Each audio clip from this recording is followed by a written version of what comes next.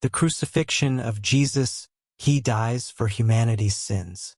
In the quiet hours before dawn, when Jerusalem still lay wrapped in darkness, a heaviness had already begun to settle over the land.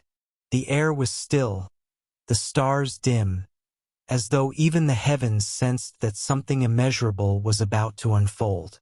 Jesus of Nazareth, teacher, healer, the Son of God, had spent his final evening with those he loved most.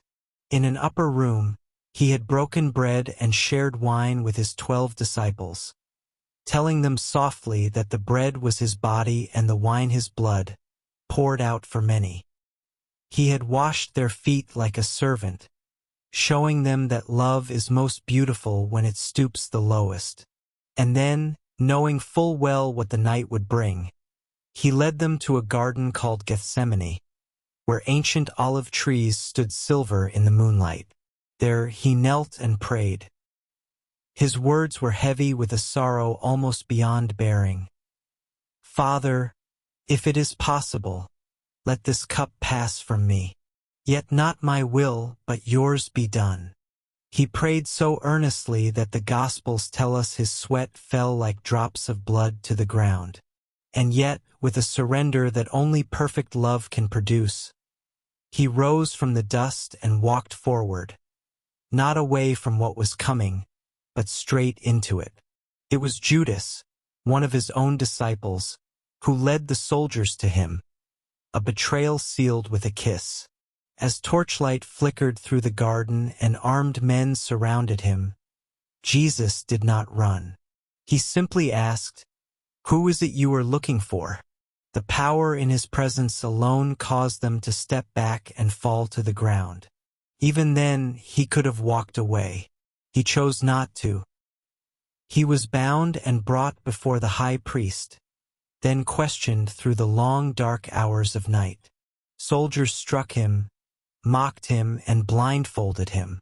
Through it all, Jesus remained still, not out of weakness, but with the deep calm of someone who sees far beyond the cruelty of the moment. By morning, he stood before Pontius Pilate, the Roman governor, who found no fault in him.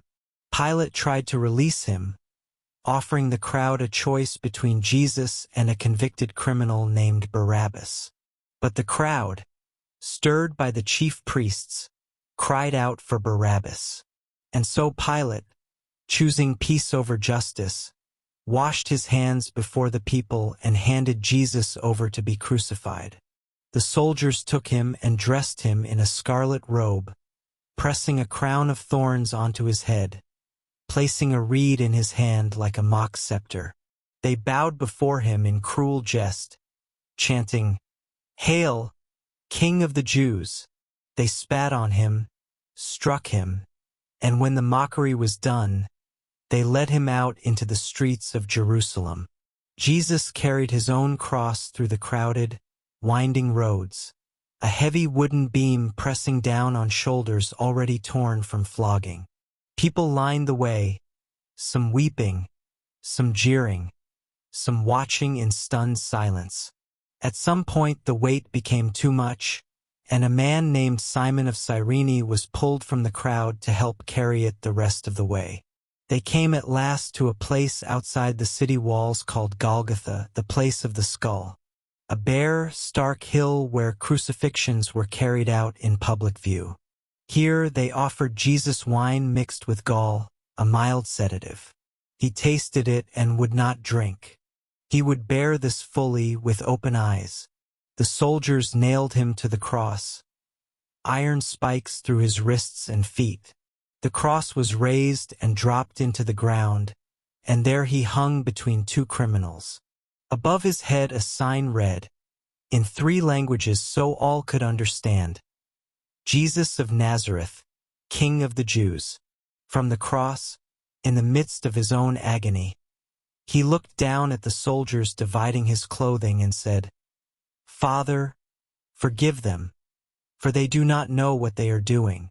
Forgiveness, not bitterness, was on his lips. One of the criminals beside him turned and said quietly, "Remember me when you come into your kingdom." And Jesus answered him, "Truly I tell you, today you will be with me in paradise."